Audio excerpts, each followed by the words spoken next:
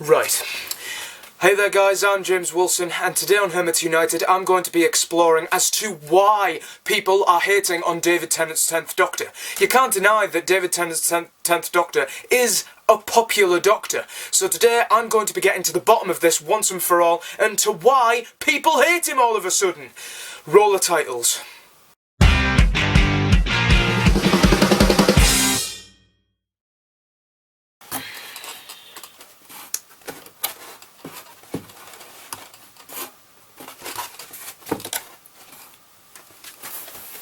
I think David's a bit drunk.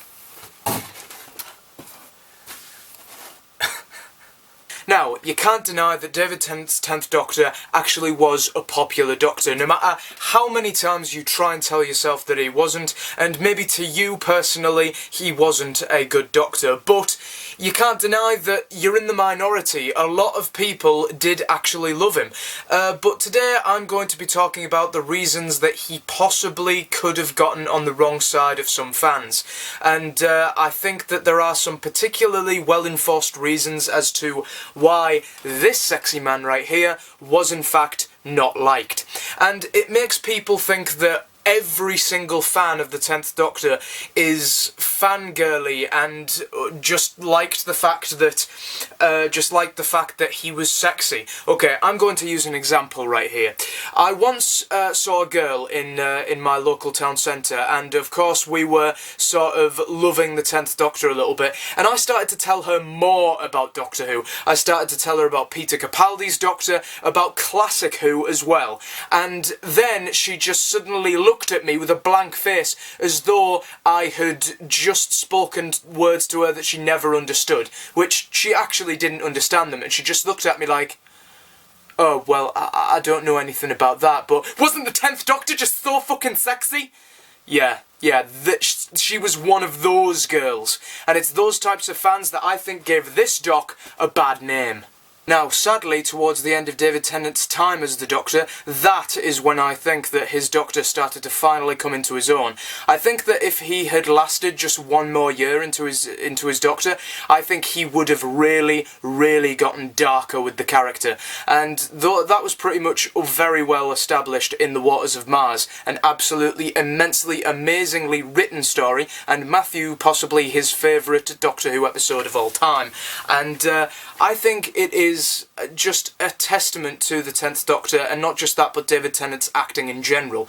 Now, a lot of people have started to hate on the 10th Doctor, on David Tennant's acting as a whole. People are hating on Broadchurch, or the escape artist, or the politician's husband, just because it's David Tennant, and a lot of people I've seen in comment sections of clips from these said shows that David Tennant starred in, and I've seen the comments and they've all said, God, I hated him as the 10th Doctor. You know, and those were the comments that I saw. It wasn't complimenting his great varying acting skills in these projects. It was all about the 10th Doctor and how much they hated him.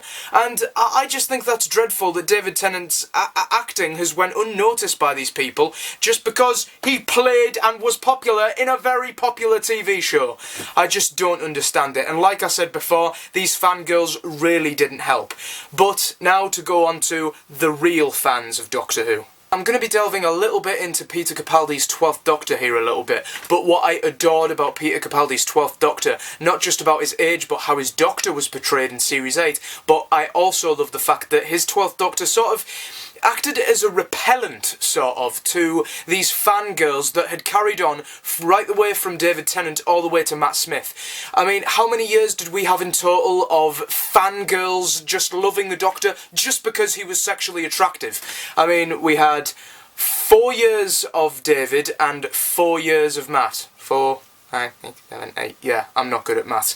8 years in total of both of these Doctors. And when Peter Capaldi's Doctor finally came along, it was a breath of fresh air. And to these fangirls that I saw on Twitter, Facebook, YouTube, constantly talking about how Peter Capaldi was too old, I loved how Doctor Who had finally driven those fans out. And these Twilight generation of fans, just absolutely, I hated them. But still, that really doesn't excuse the fact that so many people hated on the 10th Doctor. Now, I realise that the fangirls aren't completely to blame for this. David Tennant does have a hand in quite a lot of what happened with his Doctor in terms of his character development and what would actually happen with his Doctor in certain episodes. I can imagine he had a certain say, so his Doctor, I think, went exactly how he wanted it to go.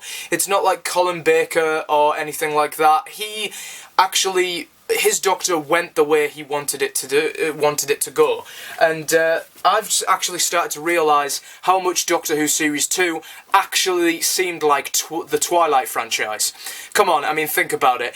A young, impressionable girl who is looking for adventure, then again, with Kristen Stewart's acting, you wouldn't be able to tell if she was happy or otherwise, and, well, I mean, a young, impressionable girl meets a man who is immortal, a mystery man, and he ends up showing her things that she never thought were in her wildest imagination, and they end up falling in love. Yeah, does that remind you of something? I am just so glad that the series didn't end with them having a baby. I mean, my God, can you imagine the fangirling then? But, anyway, also onto another series that I think David was to blame. Hey, I'm Russell T Davies. Rose Tyler has just left Doctor Who in a very emotional episode that left a lot of people crying for Rose back. Hey, why not make a completely different character to Rose to help people get over Rose Tyler? No! Let's make Rose Tyler point 2, and let's make the 10th Doctor a complete and total dickhead to Martha Jones. Yes, Martha Jones could have been a very likeable character, but without even Billie Piper even being present in Series 3, she still felt like she was still looming over us, and still looming over the Doctor's life, and still completely overshadowing Martha Jones's character development. I mean, I still believe to this day that Martha Jones had better character development in 13 episodes than Rose Tyler did in 2 seasons. But I also believe that Martha Jones was completely overshadowed by the fact that she shouldn't have been falling in love with the Doctor. She should have been, you know, just his friend and not wanting to be otherwise. Because Martha Jones falling in love with him, and then the 10th Doctor just being like, no, I'm not over Rose just yet. That made the 10th Doctor look like a total dickhead, and that is one of the many reasons why I think a lot of people hate him now. Because they think he was a dickhead to Martha Jones. There is a lot of people who have those thoughts. If it wasn't for the Master coming back in Series 3, this would have been one of my worst series ever. Now on to the good stuff. Yeah, Doctor Who Series 4, Journey's End was a bit of a letdown, but when it comes to Catherine Tate's Donna Noble, Rose Tyler and Martha Jones can go and fuck themselves. I mean, it wasn't until this series that I actually started to realise how great Catherine Tate was. I mean, even in The Runaway Bride, the 2006 Christmas special, I never actually got coaxed into actually believing that Catherine Tate could act, but my God was I wrong. Not only did she bring a comedic charm to the role of Donna Noble, but also brought a stern and not very romantic way to the Doctor's companion, which was a breath of fresh air compared to his other 2 companions. And my God, she is possibly, besides Sarah Jane Smith, my favourite companion of all time. I mean, David Tennant and Catherine Tate have worked together multiple times after this, after being in Doctor Who together, so they're very firm friends now, and they have such a great chemistry on and off screen, and you can just tell that they work together in getting those roles together. And personally, I think David Tennant actually got comfortable with the 10th Doctor while Donna Noble was around. I think that was the companion that he actually liked having, and the whole love story thing, I think that actually made us forget it. It was more like a distant, horrible memory, and Catherine Tate's Donna Noble definitely helped us see the brighter side of the 10th Doctor. But sadly, the 10th Doctor's time was running out. Yes, we had an entire year where the 10th Doctor was companionless. We had 4 specials, and my God, they were all amazing. Obviously, Planet of the Dead kind of draws the short straw on that one, considering so many other great specials in that one. But, I mean, it's hard to believe, isn't it, that the next Doctor and The End of Time Part 1 were both a year apart. It's just exactly a year apart. It's just really hard to believe. But The End of Time Parts 1 and 2, my God. When the 10th Doctor announced he was going to be leaving, I think David Tennant sat up and said to Russell T Davies on the BBC and said, right, I'm gonna give you guys the best acting I've ever done, and my fucking god did he deliver. And this is possibly David Tennant's most controversial performance, because there are still people to this day actually wronging the 10th Doctor for his final words, "I don't want to go." There are people wronging him for all the goodbyes he gave to his companions, but I think that gave his final regeneration moment a bit more kick, and I don't think it would have been as explosive in the TARDIS if he hadn't have held in that regeneration for that long period of time.